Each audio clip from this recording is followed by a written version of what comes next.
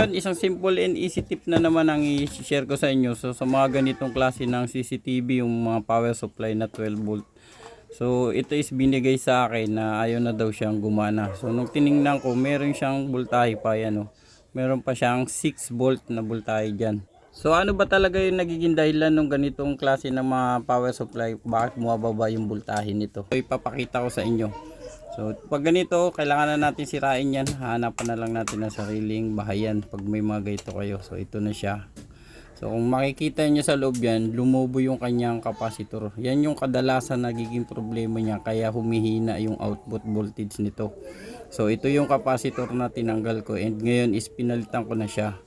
So ayan. So nangyayari kasi sa kapasitor na to, pag laging nakabuhay lang yung CCTV natin yun, so yun yung nangyayari sa kanya. Pag matagal na, unti-unti rin siyang humihina. Kaya minsan napapansin natin na hindi na siya gumagana. So naisipin agad natin na sira yung power supply niya. So ngayon ang gagawin natin, meron ako dito mga itinabi ng mga ganitong klase ng power supply ko. So marami na akong tinabing ganito kasi nga sabi ko balang araw magagamit ko rin yan. So ang gagawin natin, ipagpapalit lang natin itong housing niya kasi kanina sinira na nga natin yung bahayan nung ganong klase. So parang idea na rin ito. Kaya kung meron kayong mga ganito, wag nyo itatapon yung mga sira nyo na. So pwede nyo yan magamit pagdating na kailangan nyo kagaya nito. So sa ginagawa natin, so ang gagawin natin dyan, siya yung magiging lalagyanan ulit. So saktong sakto naman sila.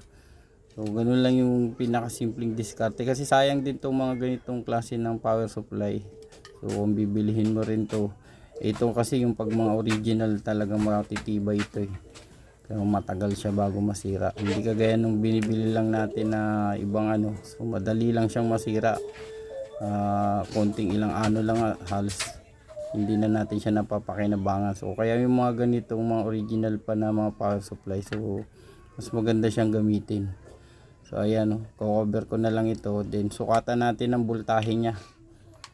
So marami rin ako nakukuha nito doon sa mga bagong lumalabas na mga power supply na sa mga ilaw o sa mga signal yan, mga 12 volt din yan, yung mga natin na yan. So marami rin siyang ginagamitan, kaya maganda rin talaga kung meron kang ganito.